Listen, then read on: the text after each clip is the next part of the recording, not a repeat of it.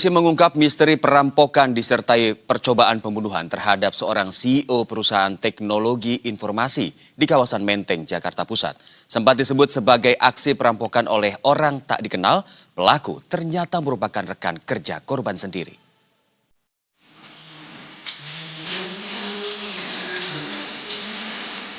Kasus perampokan disertai kekerasan di rumah seorang CEO perusahaan teknologi informasi di kawasan Menteng, Jakarta Pusat akhirnya terungkap.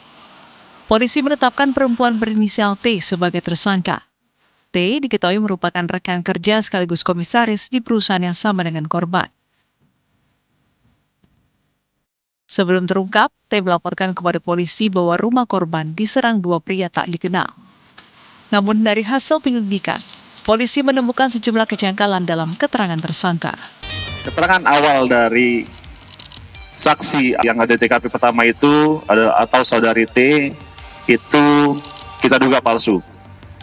Kita temukan ternyata bahwa tidak adanya dua orang yang masuk ke dalam rumah, melainkan pelaku dari penganiayaan yang dilakukan kepada saudara MHA itu ternyata dilakukan oleh saudari T sendiri.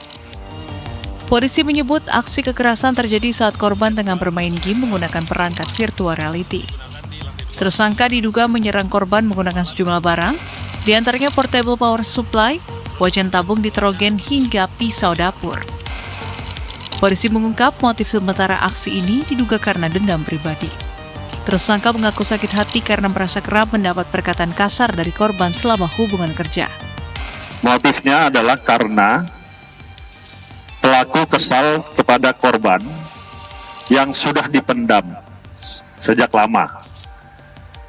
Karena korban selama bekerja bersama dinilai bekerjanya lambat dan suka berkata yang membuat pelaku sakit hati. Atas perbuatannya, tersangka dijerat dengan pasal berlapis terkait percobaan pembunuhan dan pencurian dengan kekerasan. Hingga kini, polisi masih mendalami kemungkinan adanya fakta lain dalam kasus ini. Dan polisi memastikan penyidikan masih berjalan untuk mengungkap secara lengkap rangkaian aksi yang dilakukan oleh tersangka.